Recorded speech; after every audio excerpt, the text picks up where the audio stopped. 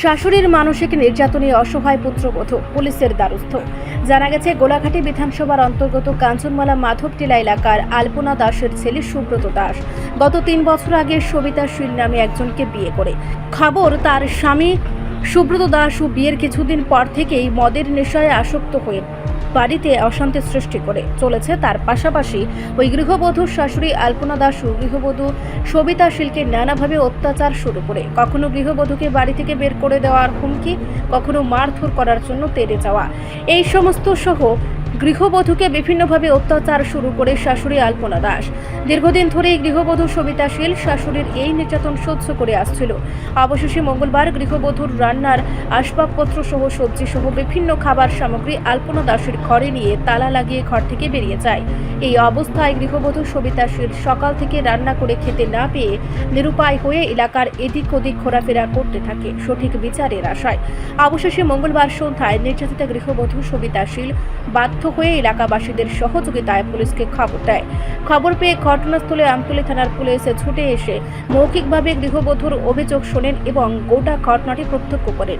এই ঘটনায় সাংবাদিকদের মুখোমুখি হয়ে নির্যাতিতা গৃহবধূ সবিতা শীল শান্তিতে এবং সুন্দরভাবে স্বামীর পরিবারে বসবাস করতে চায়, তার জন্য যেন প্রশাসন সঠিক ব্যবস্থা গ্রহণ করেন।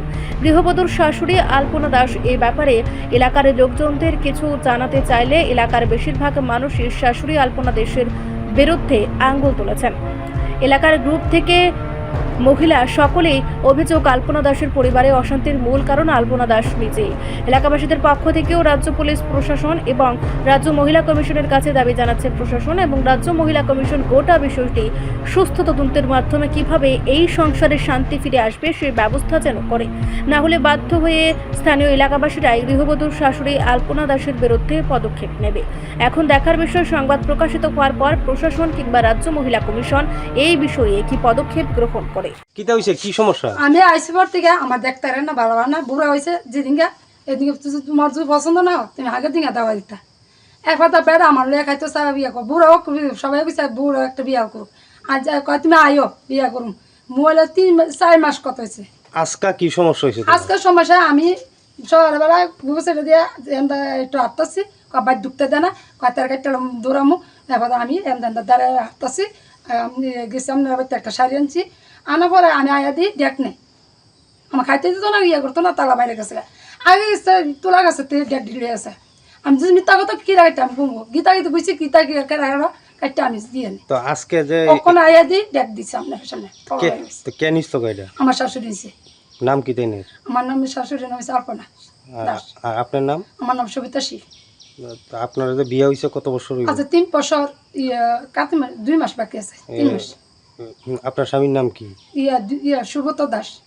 আচ্ছা, এই প্রায় সময় কি এরকম করে আপনার? না না, আমার ঘরে তাহলে দেখি সকালবেলা ঘুমো তুইটা ভাবছি ঘরে কাজ করে, আমার খাইতে দিত না, জানতো তা বেটা চাইছে আমার কাপড় চোপড় দিত।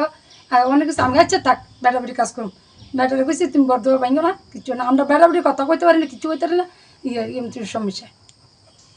আচ্ছা, পঞ্চায়েত জানাইছি, তারা জানাইছি, তারা কইছে 3 দিনের ভিতরে তুমি আমাকে অষ্ট জমাতে দিছে না। এবার তো মারছে, আমি চুরি করছি, ডাকি করছি, আমার কোনো প্রমাণ নেই। চাই আনছি তোর আইনা পর থেকে ইয়া নেই। তো এখন কি পুলিশ আইতাছে? আলে পুলিশের কাছে যাইতাছি, গেছি একবার কি। না না, পুলিশ কি এখন আইতাছেনি? আইব। মানে কি চাইতেছেন এখন? আমি চাইতেছি দেখ সুখের শান্তি, মা ও খাক কার্য চুরি বিদ্যা না আসে, মদ খাওয়া বদ্ধ করতো। আমি চাইছি আমি কে মা বুক মা কষ্ট থাক। এই এলাকাটার নাম কি? এটা মাধবটিলা, কাঞ্চনমালা মাধবটিলা। রিপোর্ট সংবাদ প্রতীক্ষা।